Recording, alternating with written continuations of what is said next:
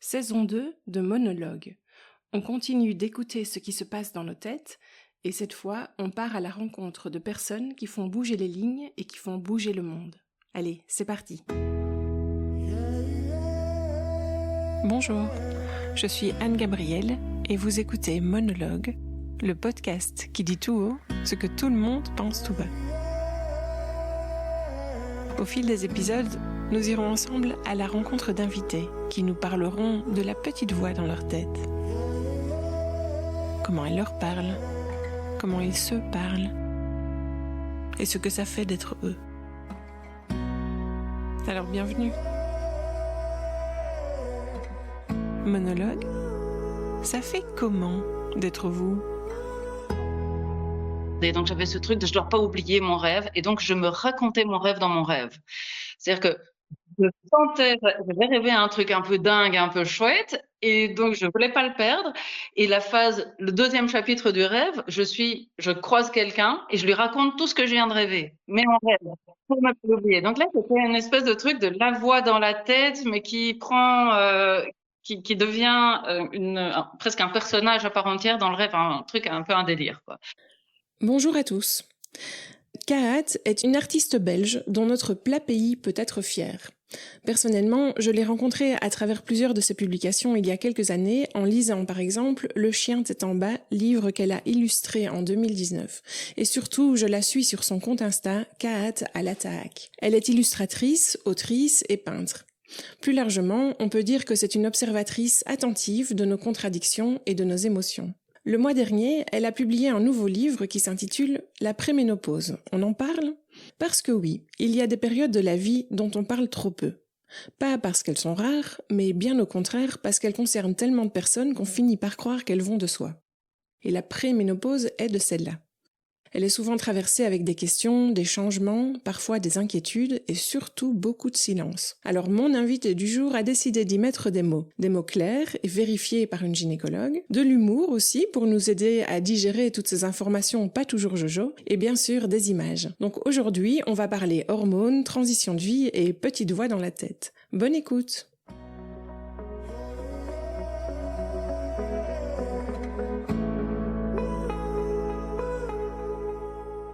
Bonjour Kat et bienvenue. Bonjour. Je te remercie beaucoup d'avoir pris le temps pour nous ce matin. Je sais que c'est une période pas évidente pour toi, alors on va y aller tout en douceur. Merci. Alors clairement, ce livre est d'utilité publique, puisqu'il s'adresse aux femmes, mais aussi à tous les gens autour d'elles. L'idée étant de vivre ensemble au mieux cette transition.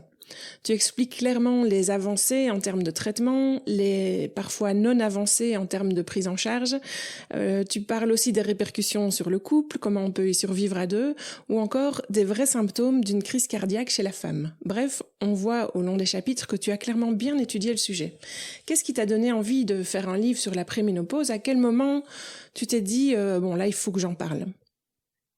Alors en fait, ce qui s'est passé, c'est que j'ai eu la chance d'avoir des copines qui l'ont traversé un peu avant moi, qui m'ont pas mal expliqué tout ce qu'elles avaient compris, tout ce qu'elles avaient traversé, tout ce qu'elles avaient trouvé comme solution. Et du coup, moi, j'étais assez armée. Quand j'ai commencé à avoir des symptômes, j'ai très vite su chez quel médecin aller. Elles m'ont filé des contacts, etc. Donc, en fait, et je me suis dit, comme ça va. Une fois qu'on sait un peu ce qui se passe, c'est pas tellement compliqué. Mais je me suis rendu compte que quand elles m'en ont parlé, en fait, je savais rien du tout. Et quand j'en ai parlé à mes copines qui étaient du même âge ou un petit peu plus jeunes, ou en tout cas qui n'étaient pas encore informées ou concernées, j'avais toujours un peu la même réaction qui était non, mais moi ça va, j'ai encore mes règles. Voilà. Et je me disais, même si c'est pas encore, ça va être bientôt. Donc, de toute façon, vu que ça va nous arriver, pourquoi il y a un tel déni et refus d'entendre ou de s'informer? C'était genre, non, ne me parle pas de ça, surtout ne me mets pas le mot, comme si j'allais leur lancer un sort en parlant et que c'était la malédiction. Donc, je me suis dit, en fait, bah, pourquoi je ferais pas des petites notes sur mon blog et sur mon Insta, les vieux, les vieux, les vieux trucs sur mon- Ouais, mais on avait compris la euh, ref. sur mon Insta. Et donc je mets ces petits trucs en même temps. Bah, je mets un peu d'infos et je veux mettre ça à ma façon. De toute façon, c'est toujours avec de l'humour. Je sais pas faire. Voilà, c'est pas moi de faire un truc sérieux, etc. Médical en plus. Je suis pas formée pour parler d'un truc médical, mais juste donner la même info que j'ai reçue, transmettre, faire en sorte que quand les personnes vont le lire, elles ne vont pas se sentir pointées du doigt. Elles sont toutes seules avec leur téléphone. Il y a personne qui les regarde et qui leur dit, tu vois, c'est toi, c'est toi. Elles peuvent se reconnaître ou pas. Et il y a quelque chose de beaucoup plus informel. Et de fait, ça a pris. À ce Mhm. moment-là, les personnes ont commencé à s'envoyer ça, etc. Et en très peu de temps, c'est devenu, ça a eu un énorme succès que je m'attendais absolument pas à avoir. Je me disais, ah, si déjà j'arrive à transmettre l'info autour de moi, quelques amis d'amis et ainsi de suite, bah, c'est déjà cool. Ça fait déjà un petit peu son taf.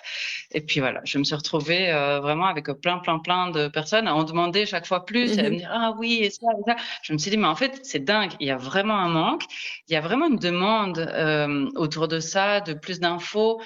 Peut-être au niveau francophone, il y avait parce que bon moi comme j'ai commencé à suivre pas mal de comptes, je me disais mais en fait on en parle pas mal quand on s'informe et qu'on cherche, ben, on commence à être bombardé évidemment avec les algorithmes de plein de trucs de contenu là-dessus. On se dit ben, en fait ça va, il y a de l'info qui circule, mais c'est vraiment une petite bulle de filtre et dès qu'on en sort, on n'a absolument rien et si on ne s'y intéresse pas, on peut complètement passer à côté et arriver à la ménopause sans avoir eu la moindre info, dans la société, ni dans le cercle d'amis, parce qu'on n'en parle pas, ni même de son médecin. Donc, ben, en fait, voilà, Mhm. le terrain était vraiment propice à donner plus d'infos. Donc, j'ai commencé à faire des recherches de plus en plus précises parce que je voulais quand même donner quelque chose de complet.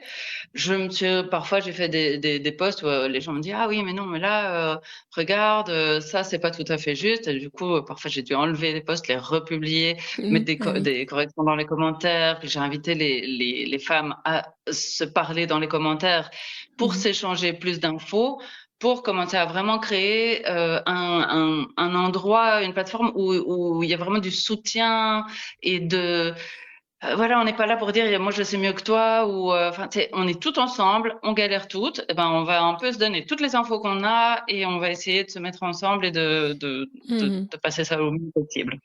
Donc voilà. C'est ça. Et comme tu le disais au début, toi, tu as choisi enfin, et comme tu le mentionnes d'ailleurs dans ton livre, tu as choisi de parler de préménopause, puisqu'il y a plusieurs termes qui circulent, périménopause ou ménopause, vraiment de préménopause, pour pouvoir bien préciser que ça peut commencer une dizaine d'années avant, et si on considère que la ménopause arrive en moyenne vers 50 ans, ça peut commencer à partir de 40 ans. Et que même si dans préménopause, on entend beaucoup le mot ménopause, ça peut commencer plus jeune, et que ça ne veut pas dire que ça y est, c'est fini. Oui, oui, ça c'était très important. Je me suis dit, si j'écris périménopause ou autre chose, les femmes qui ne savent pas vont passer à côté du bouquin en Mhm. disant oui, ça c'est un truc pour femmes ménopausées. Non, c'est justement Ouais, ouais. pour toutes les femmes avant que ça arrive, pour avoir un maximum d'infos et que quand on commence à avoir des symptômes ou quoi que ce soit, on ait déjà un petit peu l'information, on puisse arriver chez un médecin en disant je sais ce qui se passe dans mon corps, je sais que c'est ça, j'ai reconnu tel symptôme. Si il nous dit ben non, mais vous êtes beaucoup trop jeune, on peut aussi venir avec des données. Voilà, 7% des femmes sont ménopausées en début de quarantaine.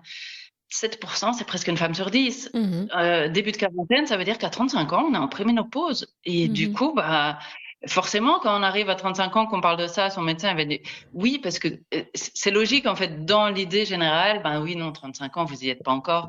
Bah, sauf que peut-être, en fait. Mhm. Donc, c'est bien de le prendre en compte, de pas dire tout est de la préménopause. Non, justement, c'est une zone très floue et difficile à identifier, puisque en fait, c'est qu'une fois qu'on sera ménopausé qu'on pourra dire ah, c'était vraiment ça. Donc, une femme à 35 ans qui a des symptômes de préménopause, en fait, si ça se trouve, elle va être ménopausée à 53 ans et on va se rendre compte non, c'était pas ça. Mhm. Mais ça pourrait. Donc voilà, on comprend aussi que les médecins ils vont un petit peu à tâtons et qu'ils n'osent pas trop diagnostiquer trop vite parce qu'ils pourraient dire un truc et puis bah on se rend compte que non, mais on n'a pas de vraie manière de le mesurer. Mais voilà, ça Oui. n'empêche que avoir l'info, savoir, pouvoir s'observer, parce qu'en général, on connaît mieux notre corps, on peut vraiment voir quand quelque chose est en train de changer. Le médecin, il en sait rien, en fait, il vit pas à l'intérieur de nous. De la même manière c'est nous qui pouvons évaluer si nos règles sont plus douloureuses qu'avant ou si, enfin, voilà, tous ces inconforts-là qui peuvent arriver jusqu'à être vraiment des problématiques de santé. Bon, bah, on est la meilleure personne pour l'évaluer, donc bah, c'est bien de pas nous infantiliser en disant non, non, non, mais vous avez pas fait 10 ans de médecine, vous ne savez rien. Mhm. Bah si, en fait, je peux quand même comprendre ce qui se passe. C'est pas non plus quelque chose de ultra compliqué.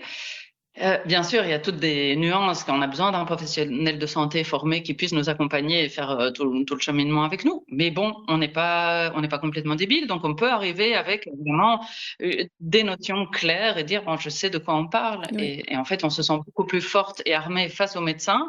S'il nous écoute pas, on peut lui répondre, on peut lui dire non, je veux plus d'infos, etc. Et puis éventuellement changer de médecin si vraiment Mhm. on n'a pas de suivi, on n'a pas d'écoute. Oui. Oui. Et ça a été quoi les premiers changements justement chez toi? Tu dirais qu'ils sont apparus quand et comment est-ce que tu les as interprétés? Bah alors moi je dirais que c'est vers 45, ouais, que j'ai commencé à consulter vers les 45 et quelques en me disant là voilà je commence à sentir. Probablement vers 44 j'ai commencé à avoir beaucoup de sautes d'humeur très fortes. Mhm. Bon, plus que d'habitude, on va dire que c'est normal aussi. On n'est C'est pas la des vie aussi. personnes Oui. stables à Mhm. 100%, etc. Mais là, je sentais vraiment que j'étais soupolée de passer de oh tiens, je me sens bien aujourd'hui, il y a rien du tout, et puis il se passe un mini truc, et puis je me mettais à crier. Mais je m'observais en me disant vraiment, mais c'est qui quoi? Mhm. Qu'est-ce qui lui arrive à cette personne? Donc ça c'était un des gros trucs qui vraiment me gênait et gênait mon entourage. Du coup, Mhm. ma fille, et le père de ma fille, ça devenait un peu difficile au quotidien. Sinon, c'était les euh, bouffées de chaleur qui sont pas arrivées à être des énormes bouffées de chaleur, mais des changements de thermostat permanents. C'est-à-dire que dans la journée, j'enlevais 40 fois mon pull, je mettais 40 fois mon pull. La nuit, je mettais la couverture, j'enlevais la couverture. Je mettais la couverture, j'enlevais la couverture. 3 heures du matin, ça montait un peu plus. Je devais me lever, aller me promener dans la maison, trouver des endroits plus frais, puis revenir dans la chambre. Et après, ça passait, hein. C'est pas non plus parce que j'en ai eu certaines qui étaient ultra fortes. Je me suis dit, ah ouais, ça, c'est des vraies bouffées de chaleur. Euh, Ça, j'en ai pas eu tant que ça. Mais le thermostat constamment, puis alors des froids, super froids, je devais me couvrir à fond, et puis super chaud, enfin bon, voilà, Mhm. complètement instable. Euh, donc voilà, ça c'était probablement les trucs les plus euh, qui ont duré le plus dans le temps et qui étaient le plus permanent. Après, j'ai eu des douleurs au sein pendant une semaine avant mes règles, plus ou moins, en ne sachant pas quand mes règles allaient venir, parce qu'évidemment, l'autre truc, c'est que mes règles sont devenues, c'est à peu près tous les 2 mois environ, quelque chose comme ça. Donc, il Mhm. y a un rythme, mais bon, c'est pas vraiment le rythme habituel. Euh, et puis bon, après, c'est aléatoire, hein. Parfois, c'est 2 mois, parfois, c'est 1 mois et demi, parfois, c'est un peu plus, hein. Il y a pas de vrai rythme, mais bon, ça aussi, c'était évidemment un signal. Je me suis dit, bon, là, je suis dedans. Après, il y a des femmes qui continuent d'avoir un rythme de règles normal, mais qui sont quand même en préménopause et qui ont tous les autres Mhm. symptômes. Donc, tout Oui, ça est c'est une pour zone chacune. Ouais. tellement. Il n'y a pas de règle, en fait. On ne peut pas Mhm. dire c'est comme ça et ça va. Donc, il faut vraiment être attentif à ce qu'on traverse et puis se dire, bon, ben voilà, si j'ai autant de petits trucs les uns après les autres, probablement je suis dedans. Et là, tu t'es dit, Ouais, je vais aller voir un médecin. oui, Et t'en as parlé avec un médecin généraliste ou un gynécologue? avec une gynéco qu'on m'avait Mhm. recommandée, qui était spécialisée là-dedans, en tout Oui. cas qui était formée, etc. Que maintenant j'ai arrêté de voir parce parce que justement son suivi a été très étrange. Donc, enfin, je me suis sentie complètement abandonnée. J'ai décidé de changer de gynéco, mais comme Oui. quoi. C'est vraiment difficile quand on trouve quelqu'un et qu'on a enfin le truc et Mhm. qu'on se dit je suis suivi, on se retrouve abandonné en fait Ouais, du jour au ouais. lendemain. Et ben voilà, donc on est vraiment dans quelque chose qui est un parcours du combattant. C'est pour ça que Ouais. je parle de ça à un moment dans le bouquin. C'est pas facile quoi. c'est vraiment pas facile. Ouais. Maintenant, il y a en plus des pénuries d'hormones dans certains pays. Donc, une fois qu'on a réussi à faire tout ça, à trouver le médecin qui nous donne la prescription, qu'on a enfin, ça va aller, on arrive à la pharmacie et là, ils nous disent, on n'en a pas. Euh, Ouais, ouais. On n'est pas aidé. On n'est pas On n'est aidé. vraiment pas aidé. Mm. Voilà.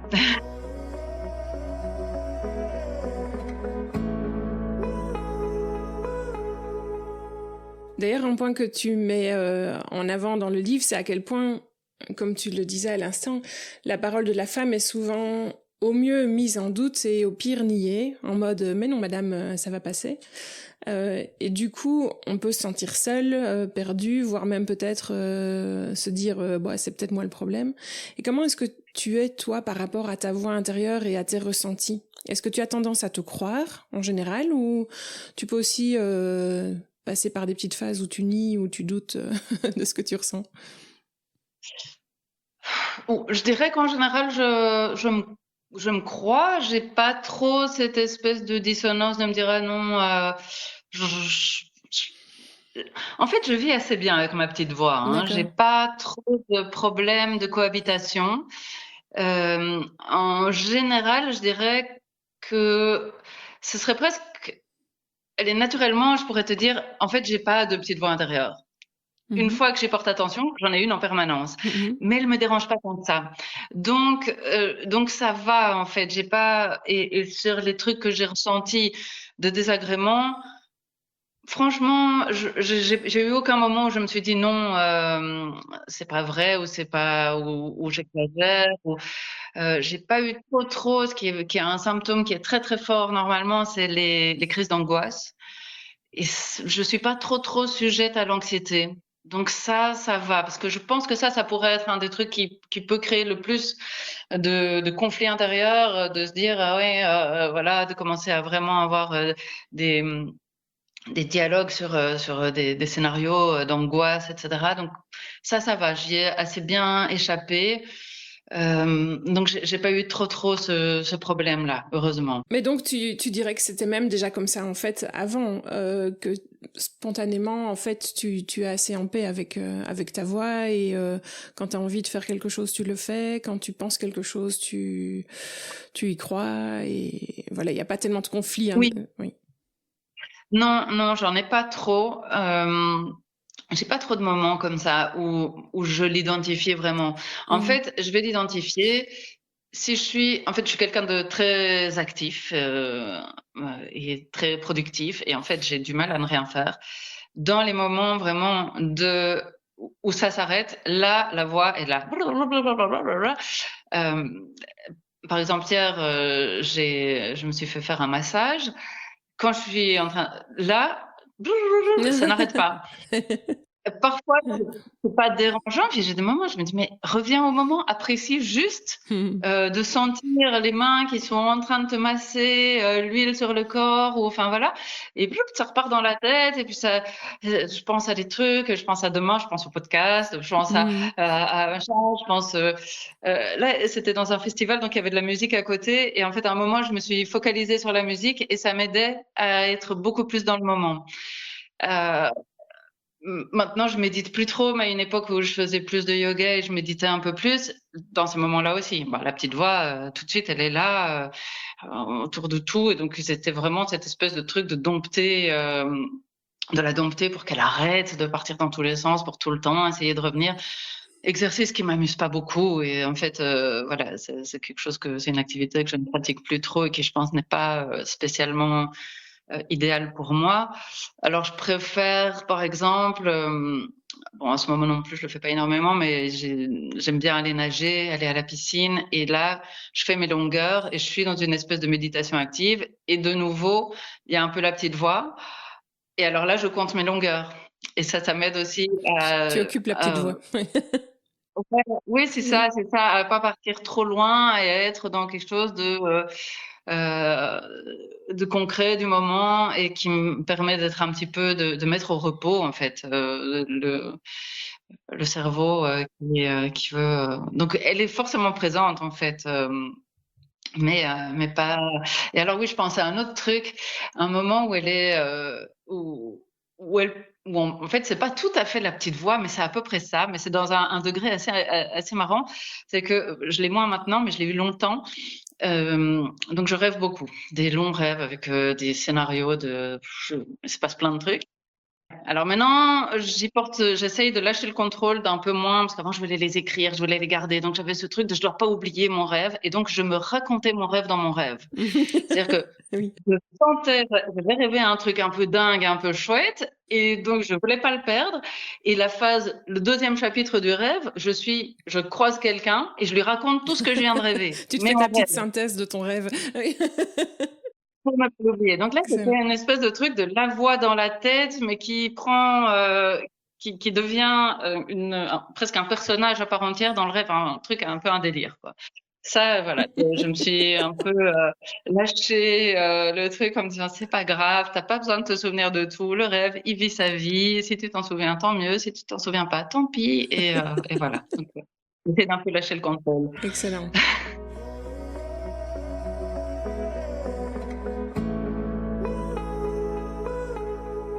Si on revient sur le sujet de la préménopause, tu rappelles aussi qu'il serait vraiment, mais vraiment bon qu'on se parle pour de vrai entre femmes et qu'on se soutienne les unes les autres. Alors si je retourne ça un peu contre toi, ou vers toi, à quoi ressemblerait une conversation totalement honnête entre la Kat de 30 ans et celle d'aujourd'hui qui est plus proche de la cinquantaine? Bah, peut-être que je lui expliquerai ça, hein, mais j'ai eu la chance de le savoir à temps, donc j'ai pas trop ce problème-là. Je pense qu'à 30 ans, j'y pensais pas du tout. On n'en parlait vraiment pas du tout. J'avais pas de copine qui assez âgée pour être, ou en tout cas, elle m'en parlait pas. Qui en Si parlait, j'en oui. avais, j'en avais quelques-unes, ouais, qui étaient plus âgées, mais bon, ça restait quand même dans une tranche d'âge un peu plus proche. Donc non, vraiment, j'en ai pas entendu parler jusqu'à assez récemment. Mhm. Et donc du coup, Euh, est-ce qu'il y a quelque chose que tu voudrais lui dire ou bien simplement tu lui dis t'inquiète, les informations viendront sur ton chemin vite à vie? Oui, oui, Mhm. oui, c'est ça, c'est ça. Là, j'ai pas de gros regrets de me dire, ah, j'aurais voulu qu'on m'en parle, j'aurais Mhm. voulu. Si on m'en avait parlé, tant mieux. Mais comme je l'ai eu, comme j'ai eu l'information à temps, moi, ce que je trouve aujourd'hui, c'est que, ben, on devrait dire, aux ados, vraiment déjà, quand c'est les cours ou les cours d'éducation sexuelle à l'école, de dire bah voilà, la puberté, c'est un changement hormonal avant tout, c'est pas juste on a des poils, on a des trucs, on a les hormones qui montent, ça va nous transformer totalement. On va plus penser de la même façon, hein. On n'est plus jamais un enfant quand on a cette transition là. Bah voilà, après, un jour, les hormones redescendent et il va y avoir un autre changement. On redevient pas un enfant parce que forcément, on a une Mhm. vie d'adulte entre les deux, mais on est encore une autre personne, je vais pas dire version de nous-mêmes, si j'aime pas du tout cette expression, mais on passe à une autre phase de notre vie et tout va bien. C'est pas grave, c'est pas problématique, mais c'est bien de le savoir et de savoir que le moment où l'hormone descend, bah, ça risque d'être une crise. De la même façon qu'on en traverse une à l'adolescence, c'est un autre genre de crise, mais c'est aussi une crise et c'est une crise. On crée pas sur nos parents parce qu'on vit plus avec nos parents, mais on peut être dans des conflits de couple et de famille et même amicaux. On peut remettre en question tellement de choses. Donc, bah, c'est bien de le savoir en fait. Comme ça, le jour où ça arrive, ah ouais, je le savais, on m'en avait déjà On parlé. comprend ce qu'on est en train de vivre. Oui. On comprend ce qu'on est en train de vivre. Quand on a une mère qui est en train de passer ça et qu'on on parle à l'école en nous disant si notre mère n'est pas capable de mettre les mots parce qu'elle le sait pas, parce qu'on lui en a pas parlé, parce qu'elle n'ose pas en parler, parce qu'elle a peur de déranger, parce qu'il y a encore vachement ce truc-là. J'ai eu l'autre jour une interview où une journaliste qui était déjà ménopausée me posait des questions et à un moment elle me dit, je pense pas qu'elle avait lu le livre, parce que elle me demande vraiment, oui, mais est-ce que ce serait pas bien un moment qu'on prenne un peu sur nous et qu'on dérange pas trop avec ça, parce que bon. Mhm. Et en fait, j'ai halluciné, parce que je lui dis, mais non, mais c'est vraiment tout le propos de mon livre, c'est le C'est ça. contraire, c'est de dire, on a le droit, quoi. On n'est plus, enfin, on prend assez sur nous. Je lui dis, mais Mhm. toute notre vie, la femme doit être jolie, gentille, sympathique, agréable. Elle doit s'occuper de tout. Elle doit s'occuper Arrondir des les angles, enfants. Elle oui. doit elle doit, ouais, voilà, faire tout ça. Et puis au moment où elle a sa ménopause et où elle dit, ou sa préménopause, et où elle dit, là, franchement, c'est difficile, aidez-moi, faites un peu plus qu'avant, moi je vais faire moins, j'ai besoin de me reposer, j'ai besoin de temps pour moi, j'ai besoin de me recentrer, j'ai besoin de faire des choses qui me font du bien, j'arrive pas à être disponible, mon cerveau il ne suit pas, j'ai un brain fog énorme, j'arrive pas à me rappeler de tout, etc. Et là, elle me dit, bon, on pourrait prendre sur nous. Je dis, non, non, je dis non. Là, j'étais vraiment pas contente. On va pas être d'accord. Non, non, pas du tout. Ça, je me disais, cet écart de génération, et c'est pas beaucoup, hein, elle avait peut-être 10 ans de plus que moi, mais déjà, il y avait ce truc de, bah, moi, en fait, j'ai réussi à le faire en prenant sur moi. Pourquoi c'est possible, en fait? Bah oui, c'est possible, mais on en a marre, on n'a plus envie de le faire. C'est ça. Donc, on ne va pas le faire parce que déjà, on a trop et qu'à un moment, en fait, on pète un câble.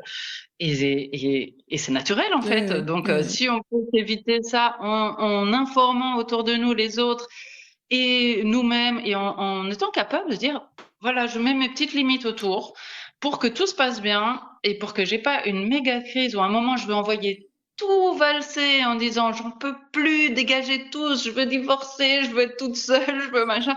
Bah non, bah on se protège en demandant de l'aide aux gens qui nous aiment et qui ont envie de prendre soin de nous aussi, comme on a pris soin d'eux pendant tout ce temps. Donc, ouais. Je suis tellement d'accord. Et sur le plan, sur un autre registre, physiquement, qu'est-ce que ça fait d'être toi en ce moment précis de ta vie? Est-ce que tu craques de partout en te levant ou on en est où au niveau énergie? Mais ça va. Franchement, le fait de prendre cette progestérone, bon, je vais avoir bientôt un nouveau rendez-vous pour voir si on doit augmenter, etc. Mais ça m'a vraiment changé au point que entre le début, quand j'ai commencé à faire les posts où je parlais de tout ça et quelques semaines, mois après, quand j'ai commencé à prendre la progestérone, etc., j'en suis arrivée à un moment où je faisais mes posts et je me disais, mais pourquoi j'ai commencé à parler de tout ça? C'était presque devenu un non-sujet au quotidien. Maintenant, ça revient. Je sens que j'ai de nouveau un peu plus de réveil nocturne, un peu plus de difficultés à m'endormir, de moments, voilà, j'ai des trucs qui reviennent. J'ai de nouveau plus de brain fog parce que ça, j'en avais eu pas mal, en fait, j'ai oublié de le dire. C'est étonnant. Donc, parmi les symptômes, j'ai oublié le brain fog. De quoi est-ce qu'on parle déjà? Voilà. Et que ça m'est arrivé d'avoir vraiment un jour où j'ai eu peur parce que j'étais vraiment au volant, je conduis et je ne sais plus où je vais.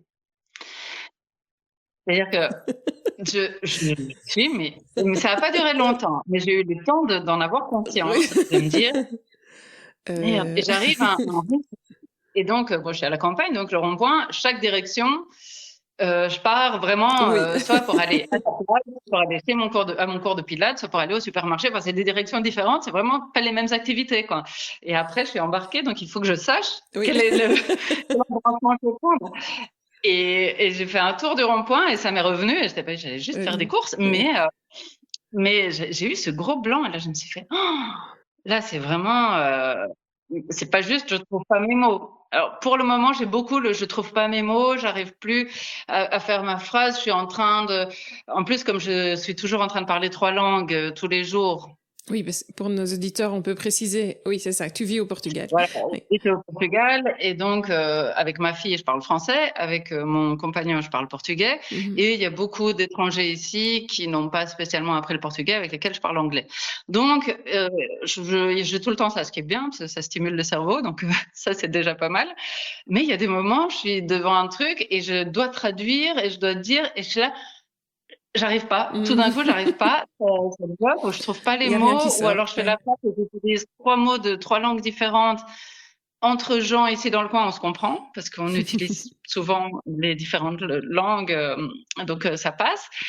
Mais je dois prendre le verbe en portugais, le mot en français et le truc, puis ça donne un peu n'importe quoi. Et ça, c'est vrai que c'est un truc aussi qui commence à revenir de plus en plus là, les mélanges. Donc, je vais voir. Mais au quotidien, oui, ça va. Je suis assez assez bien, mais bon voilà, j'ai la chance, je fais un boulot que j'aime faire, je vis dans un environnement hyper chouette, je suis à la campagne, j'ai un jardin, des petites fleurs, Mhm. les oiseaux qui chantent, je suis pas dans un environnement pesant, lourd, voilà, je travaille chez moi, je dessine toute la journée, ça va. Je pense que si j'étais comme je décris dans le bouquin, des personnes qui ont vraiment ce truc de bah, j'ai fait un boulot alimentaire toute ma vie, le questionnement est beaucoup plus lourd et peut être beaucoup plus de tiens, mais en fait, j'en peux plus, j'ai plus envie de faire ça, j'ai envie de changer. Donc, j'ai cette chance de j'ai pas besoin de me réinventer. Euh, Mhm. Mhm. donc, ouais, je suis assez bien avec moi-même, malgré tout le poids de cette phase.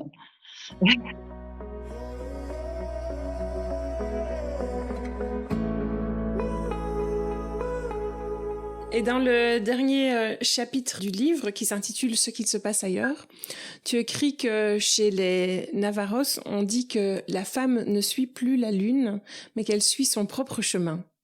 C'est très joli. Et donc j'ai l'impression que toi, tu l'as un peu trouvé ton chemin, en fait, d'après ce que tu viens de nous dire. Tu arrives à trouver ta route sans l'éclairage des lunes précédentes. Tout à fait, et voilà, et j'ai pas dû vraiment, ou j'ai pas eu le besoin de changer complètement, parce que j'ai déjà, bon, ça fait 10 ans que j'ai quitté Bruxelles et que je suis partie, enfin que j'ai déjà fait un peu ce choix de vivre pour moi, de faire mes choix, d'aller à l'endroit où j'avais envie d'être, etc. Donc ça, c'est quelque chose déjà qui m'anime assez bien. Mais c'est vrai que il y a pas mal de témoignages de femmes qui, à la ménopause, ont décidé de enfin s'écouter, de faire ce qu'elles aimaient faire, de changer d'activité, bah, parfois de quitter un mari avec lequel elles n'ont jamais été heureuses pendant 25 ans, mais que elles s'étaient jamais laissé ou donné le droit de se dire en fait bah c'est pas ça que je veux, etc. Donc je pense que c'est dans ce sens-là Mm. que cette phrase existe et que ça doit concerner quand même pas mal de personnes. Parce que si on n'a pas pris ces décisions, ces grandes décisions de vie avant, bah, c'est le moment en Mhm. fait. Ouais, Ça ne veut ouais. pas dire que tout le monde doit se réinventer, qu'on doit se transformer, mais comme on n'a plus envie de correspondre aux attentes de la société et à des choses auxquelles parfois on s'est vraiment soumise sans y réfléchir parce que bah, déjà les hormones nous font être beaucoup plus dans le soin et le prendre soin de l'autre plus que de nous-mêmes. Et une fois que ça descend, il y a des femmes qui disent bah je me sens plus comme un mec. Donc mais non, j'ai pas envie de prendre soin de tout le monde, j'ai envie de m'écouter de moi et de faire dans ce sens-là. Bah en fait voilà, c'est le moment. Donc après, il va y avoir plein de nuances différentes et les Ouais. témoignages sont très différents. Certaines vont dire, bah non, moi j'étais bien dans mes vies, d'autres, bah j'ai tout changé, d'autres, Oui, ou il faut c'est juste juste, réajuster des relations, ça peut être aussi ça, c'est voilà, pas forcément... Oui. ouais, Mhm. ouais, et s'écouter plus Mhm. et se faire passer un peu moins au dernier plan. Dire, bah oui, voilà, jusque-là, je fais comme ça, etc. Mais en fait, je faisais rien pour moi. Je passais ma journée à faire tout pour vous tous. J'avais un cerveau à 1000 à l'heure qui était en train de gérer toutes les tâches, de de prévoir, de nanana. Bah là, j'arrive plus à le faire. Et du coup, ah, mais t'as changé. Bah oui, j'ai changé. Mhm. En fait, c'est aussi aux autres d'accepter qu'on a changé et que, bah, en fait, si vous nous aimez, prenez-nous comme on devient et comme on est, la disponibilité qu'on a maintenant et remerciez pour tout ce qu'on a fait avant et comprenez que, bah, c'est juste, on n'y arrive plus. C'est pas qu'on vous aime plus et qu'on en a plus rien à foutre ou que quoi que ce soit. Non, c'est genre, bah, là, en fait, on n'y arrive pas. Peut-être qu'à un moment, ça reviendra. Peut-être que, quand on sera grand-mère, on reprendra un plaisir à faire ça, mais il y aura un petit sas entre les 2 Mhm. où peut-être on va être un peu moins là-dedans et en fait, c'est très, très bien comme ça et ce sont, des phases de vie qui sont, chouettes aussi à accueillir et à vivre en se disant: «Bon, bah, ouais, voilà, il y a peut-être des petits trucs qui sont, voilà, il n'y a pas que des bonnes nouvelles dans le bouquin parce que je donne tous les symptômes. Après, on les aura pas Ah oui. tous, hein, on a rarement tout ça, mais c'est bien de savoir quels sont réellement les changements dans le corps. Parce que bon, les symptômes durant la préménopause, c'est une chose. Après, à la préménopause, qu'est-ce qu'il y a? Ben, on a l'ostéoporose et les risques d'infarctus qui sont vraiment euh, les deux pathologies à savoir, à connaître et à prendre en compte et à se dire est-ce que je veux prendre le traitement hormonal parce qu'il peut m'aider? Si je veux bah, j'ai les informations. Si je suis pas contre-indiquée, ben voilà, je peux faire le choix. C'est pas parce que mon médecin est contre que je dois je Y dois me renoncer. refuser ce Oui, choix. oui, oui, oui. En fait, je dois y renoncer. Si j'ai envie, bah, je vais chercher un autre médecin qui n'est pas contre, parce que ça existe et que maintenant j'ai compris quels sont les bénéfices pour ma santé, en sachant que le petit risque d'augmentation de cancer du sein qui peut exister, bien qu'il soit dépisté chaque année. Par contre, l'infarctus, il arrive du jour au lendemain et on en meurt quand même. C'est la première cause de mortalité. Donc voilà, c'est quand même bien de comprendre vraiment les tenants et les aboutissants de tout ça pour pouvoir se dire, ben, en fait, j'ai envie d'avoir de bien vivre ce moment-là de ma vie et si j'arrive à avoir une meilleure énergie, une meilleure vie à ce moment-là, c'est vachement important. Et ça peut tout changer en fait, et ça peut faire que bah, c'est un passage, il n'est pas forcément négatif, il n'est pas forcément problématique, mais la crise d'adolescence, la deuxième crise d'adolescence qu'on va vivre, même si on prend des hormones, on va l'avoir. On va avoir une remise en question de tout ça, et donc on va réajuster notre vie par rapport à la personne qu'on devient, une personne ben, moins jeune, parce que de toute façon, dans la vie, dès qu'on est, on commence à vieillir. Pas un gros mot, vieillir, on a le droit de le dire. Donc oui, voilà, on va vers une autre phase de vie et en fait, on peut très bien vivre avec ça et être heureuse avec et il n'y a pas de problème. Et parlons-en. Faut-il le rappeler? Voilà, exactement.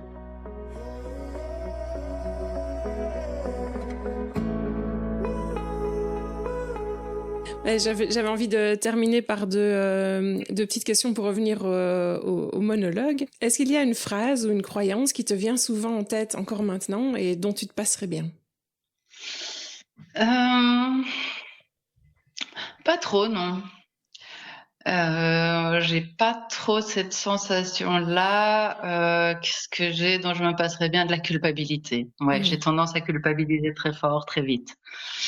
C'est pas forcément lié à ça, mais s'il y a quelque chose qui est présent chez moi et sur lequel j'essaye de lâcher et de me dire ça va quoi. Mais quand quelque chose va mal, je vais toujours me dire que j'ai pas fait assez, j'ai fait quelque chose en trop, voilà, c'est ma faute et voilà, ça c'est le truc, et de me dire mais bon en fait non. Et si tu pouvais d'un coup de baguette magique mettre une phrase ou une pensée intérieure dans le cerveau des femmes en préménopause, ce serait laquelle?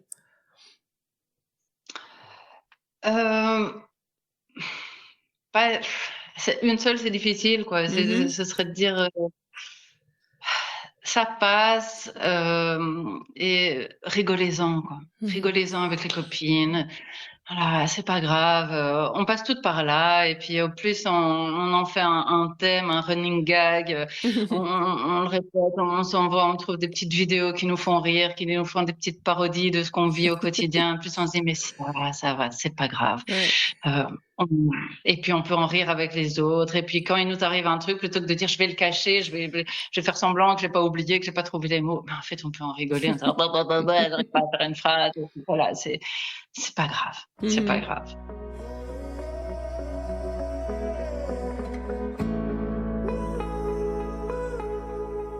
Eh ben, encore un tout grand merci pour cette conversation et pour ton livre aussi. Je trouvais ça fou. Sur la fin du livre, tu expliquais que on peut estimer qu'il y a environ 1 milliard de femmes pour l'instant. Ménopausées dans le monde. Moi, je me disais en fait, mais ça devrait être plus parce que vu que la population est vieillissante globalement, c'est la moitié des femmes et que ça dure presque pas la moitié de notre vie, mais ça peut quand même durer autant de temps que la période où on est fertile. Donc en fait c'est énorme et ménopausée, les gens imaginent c'est la fin de la vie. Non. Ça peut être 30 ans, 40 ans ménopausée, c'est long, donc autant que ça soit bien et que ça soit cool et qu'on soit tranquille avec ça. C'est ça. Donc on est beaucoup. Voilà. On est beaucoup. Et bien donc si les auditeurs veulent en savoir plus sur toi, on peut les renvoyer vers ton Instagram, donc Kat à l'attaque. Ouais. Et ton site internet? Oui, que je devrais remettre à jour. Ah J'ai oui. pas remis à jour depuis un bon moment. C'est dans ma to-do list de D'accord. trucs à faire un Sinon, jour. s'il y en a qui cherchent, c'est caat.be, donc caat.be. Oui. Voilà. Voilà. Eh bien, encore un tout grand merci à toi. Pour rappel, ton livre L'après-ménopause, on en parle, est sorti aux éditions Albin Michel le mois dernier. Et donc est à présent disponible dans toutes les bonnes librairies. À bientôt. À bientôt. Au revoir. Au revoir. Merci à vous, les auditeurs, d'avoir écouté cet épisode. J'espère qu'il vous a plu. N'hésitez pas à le liker, partager ou lui donner 5 étoiles en fonction de votre plateforme d'écoute préférée. Pour ne rien rater de nos prochains épisodes, vous pouvez vous abonner au podcast ou suivre notre actualité sur Instagram @monologue-podcast. Enfin, Monologue, c'est aussi un site internet avec plein de ressources et d'idées pour vous inspirer et, si le cœur vous en dit, me partager vos monologues à vous. C'est à l'adresse www.monologue-podcast.com. À bientôt.